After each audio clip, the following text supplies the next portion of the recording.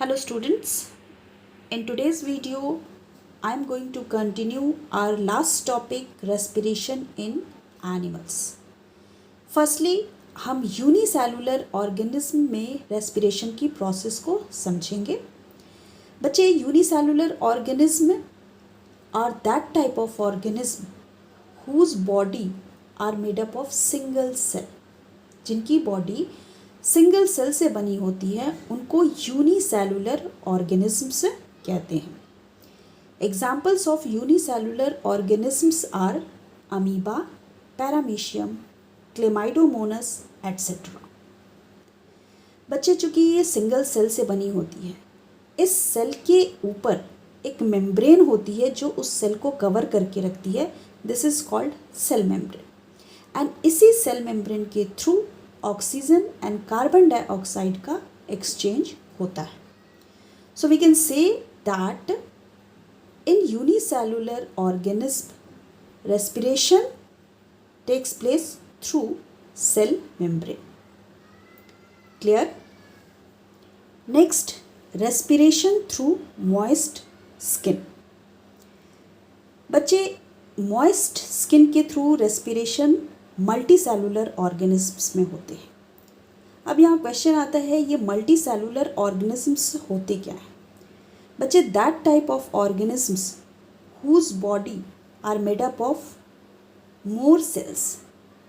आई repeat, वैसे organism जिनकी body बहुत सारे सेल से बनी होती है उनको मल्टी सेलुलर ऑर्गेनिज्म कहते हैं. As for example human body. Human body multicellular है, मीन्स बहुत सारे सेल से बनी है.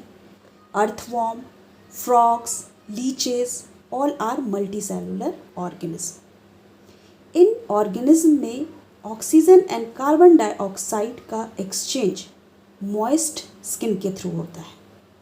बच्चे ये मॉइस्ट स्किन के थ्रू केवल अर्थवॉर्म, फ्रॉग, लीचेस में होता है. ह्यूमन बीइंग में मॉइस्ट स्किन के थ्रू रेस्पिरेशन नहीं होता है. ह्यूमन बीइंग में रेस्पिरेशन के लिए स्पेशल ऑर्गन होते हैं जिनको हम लंग्स कहते हैं. ओके, नाउ अगर मैं फ्रॉग पे फोकस करूं तो ये फ्रॉग क्या होते हैं? एम्फीबियंस होते हैं. एम्फीबियंस मीन्स ये लैंड पे भी रह सकते हैं एंड वाटर में भी रह सकते हैं. फ्रॉग प्राइमरीली लंग को यूज़ करता है रेस्पिरेशन के लिए ऑन द लैंड. जब वो लैंड पे रहता है तो सबसे पहले क्या करता है? वो लंग को ही यूज़ करता है. हालांकि ऑक्सीजन का डिफ्यूज़न उनके मॉइस्ट स्किन के थ्रू भी हो सकता है. ओके, जब ये ऑक्सीजन फ्रॉग की बॉडी में डिफ्यूज़ होती है, मीन्स एंटर करती है, तो वो ब्लड वेसल्स में ब्लड के साथ मिक्स हो जाती है एंड वो ब्लड के थ्रू बॉडी के एवरी सेल तक पहुंचती है. ओके, सेल को ऑक्सीजन की सप्लाई करती है एंड साथ ही साथ कार्बन डाइऑक्साइड को कलेक्ट करती है एंड फाइनली उस कार्बन डाइऑक्साइड को बॉडी के थ्रू बाहर एक्सेल कर दिया जाता है. बच्चे देखिए, दिस इज़ फ्रॉग. इसमें लंग के थ्रू भी रेस्पिरेशन होगी. This is lung and moist skin के थ्रू भी गैशियस एक्सचेंज हो रही है. ओके, तो यहाँ रेस्पिरेशन 2 वे से हुई. First lung and second through moist skin. Okay, next हम देखेंगे रेस्पिरेशन थ्रू गिल्स. गिल्स के थ्रू रेस्पिरेशन एक्वेटिक जो ऑर्गेनिज्म होते हैं उनमें होता है. जनरली ये फिशेस में देखा जाता है, जैसे कि प्रॉन हो गए, लॉबस्टर हो गए. इनमें रेस्पिरेशन गिल्स के थ्रू होता है. ओके, चूँकि ये अंडर वाटर एनिमल हैं, वाटर के अंदर रहते हैं, वहाँ लंग से वो रेस्पायर नहीं कर सकते. इसके लिए उन्हें गिल की ज़रूरत होती है. ओके, गिल्स के थ्रू ही गैसेस का एक्सचेंज होता है. गिल्स में ऑक्सीजन जाती हैं एंड वो ऑक्सीजन ब्लड के साथ मिक्स होकर के बॉडी के एवरी सेल तक पहुंचती है. Okay, next is respiration through air holes और स्पैरिकल्स.